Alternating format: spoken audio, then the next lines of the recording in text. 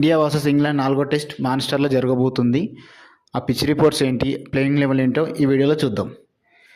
India ఇప్పటికీ మాన్స్టర్లో 9 test మ్యాచ్లు ఆడారు. 9లో ఒక్క మ్యాచ్ కూడా మనం గెలవలే. ఇదే ప్యూర్ డామినెన్స్ అంటే ఇంగ్లాండ్ది. 5 మ్యాచ్లు ఇంగ్లాండ్ గెలిచింది, 4 మ్యాచ్లు డ్రా అయినాయి.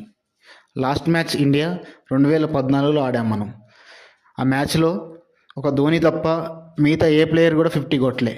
ఇంగ్లాండ్ ఒకటే ఇన్నింగ్స్లో బ్యాటింగ్ చేసి 390 కొడితే ఇండియా 2 ఇన్నింగ్స్ కలిపినా కూడా 300 కొట్టలే.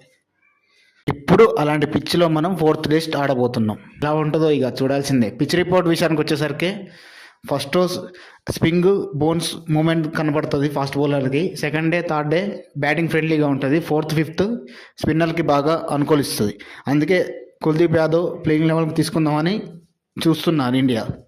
ఇంగ్లాండ్ ప్లేయింగ్ 11 విషయానికి వచ్చేసరికి Crawley, Ben Duckett, Ollie Pope, Joe Root, Harry Brook, Ben Stokes, Smith, Dawson, Chris Woakes, Carse, Archer.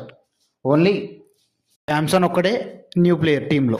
India playing 11 విషయానికి వచ్చేసరికి జైస్వాల్, రాహుల్, కరుణ్ నాయర్, శుభన్ గిల్, రిషబ్ పంత్, జడేజా, మొహమ్మద్ సిరాజ్, జస్ప్రీత్ బుమ్రా, అనుకుల్ కుంబ్లోజ్ డెబ్యూటెంట్.